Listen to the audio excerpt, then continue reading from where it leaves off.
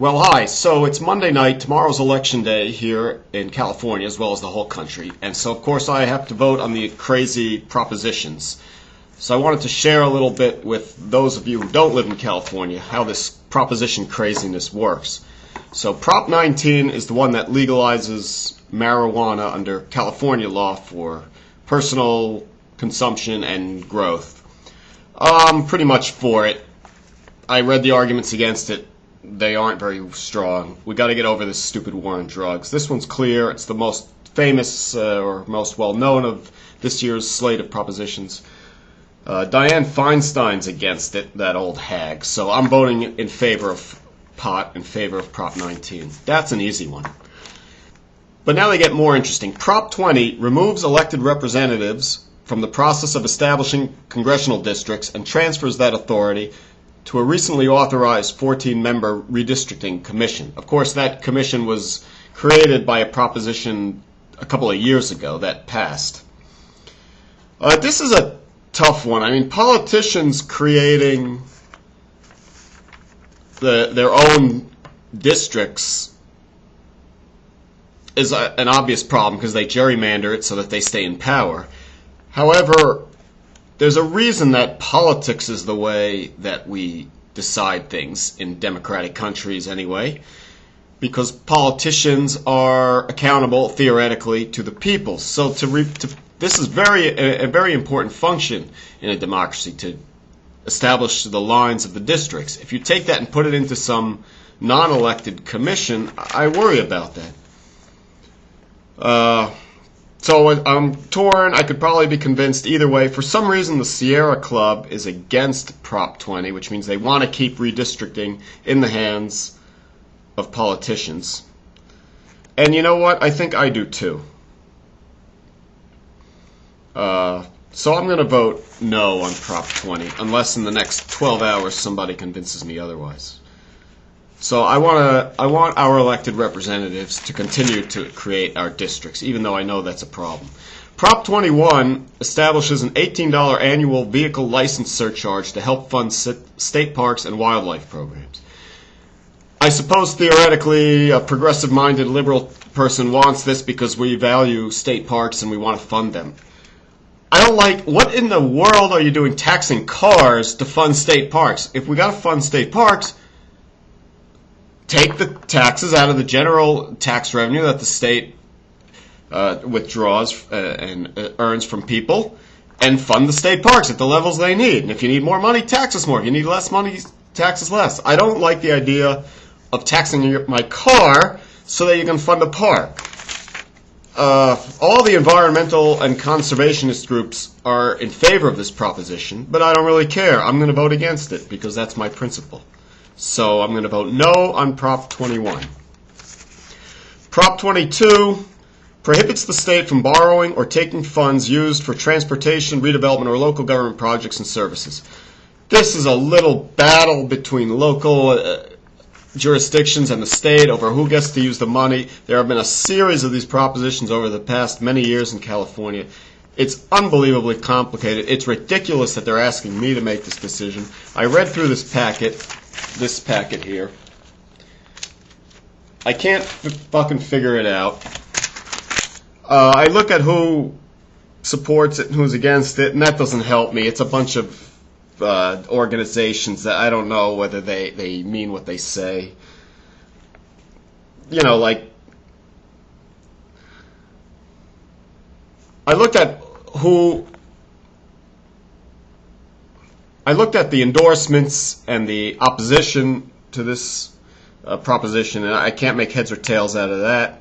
You know, I don't know if I trust the Fire Chiefs Department, League of California Cities, California Library Association, California Police Chief Association. They're all in favor of Prop 22, which prohibits the state from taking this local money. But the California Professional Firefighters, the Nurses Association, and this third-grade teacher from Riverdale are against Prop 22. Well, I have no friggin' idea. As of this moment, I do not know how I'm going to vote on Prop 22. Prop 23, suspend. Oh, this is the anti-global warming one. I'm not even going to bother. I'm not voting in favor of this proposition. California passed some global warming laws to simplify a couple of years ago, and this proposition seeks to suspend those. I'm not bullshit. I'm voting no. I'm going to try to vote 5 times against that proposition. Actually, I'm curious as to who is in favor of this proposition. Of course, it's the State Firefighters Association. Why does the State Firefighters Association give a shit about this proposition?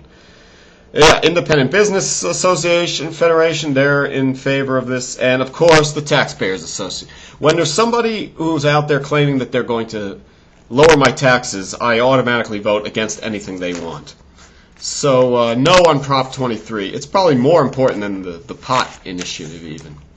All right, number 24, repeals recent legislation that would allow businesses to lower their tax liability. Like I said, if someone's seeking to lower the tax burden, I'm going to do the opposite of what they say. If they want to repeal this legislation that would allow business to lower their tax liability, I'm trying to wrap my head around that. I think I'm going to be in favor of this. I want to repeal this. The state needs to tax the way it shouldn't. It shouldn't overtax, but if it needs to tax, it needs to tax. I think I'm in favor of Prop 24, which would repeal recent legislation that would allow businesses to lower their tax liability. Let me see who's with me. California Teachers Association, League of Women Voters, and California Tax Reform Association. That worries me. But who is against this prop? California Taxpayers Association, the former California Secretary of Education, I don't really give a shit, and the California Small Business Alliance, of course. So who do I go with? The California Tax Reform Association or the California Taxpayers Association? Again, I'm going to go yes on Prop 24.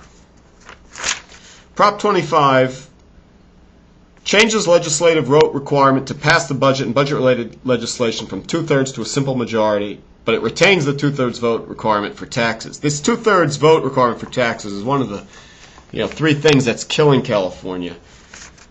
But this doesn't change that. It only changes the requirement to pass a budget. Yeah, it's crazy that we need to have 2/3 in the legislature to pass a budget.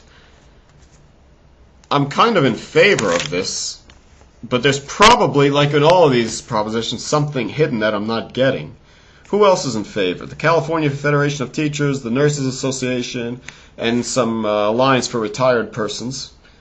Oh, and the Howard Jarvis Taxpayers Association is against. That's a red flag to me. I'm for it. I do everything opposite the Howard Jarvis Taxpayer Association. So I'm in favor of 25. 26 requires certain state and local fees to be. I'm already losing. This is so goddamn boring. I'm not going to do 26. Screw it. I don't even know what the hell it is.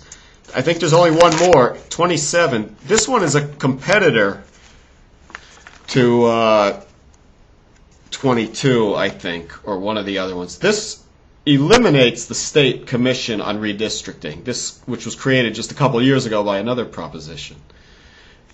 This is one where if both 22, I believe it's 22. No. The redistricting proposition, which one was that? 21? 20. If both 20 and 27 pass, they contradict each other. So what they're going to do is take the one that passed with the greatest number of votes and implement that one. This is a ridiculous way to govern a state, especially the biggest and most populous state.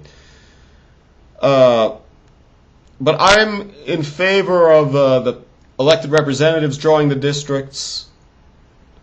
Actually, I'm in favor of computers doing it, but who programs the computers?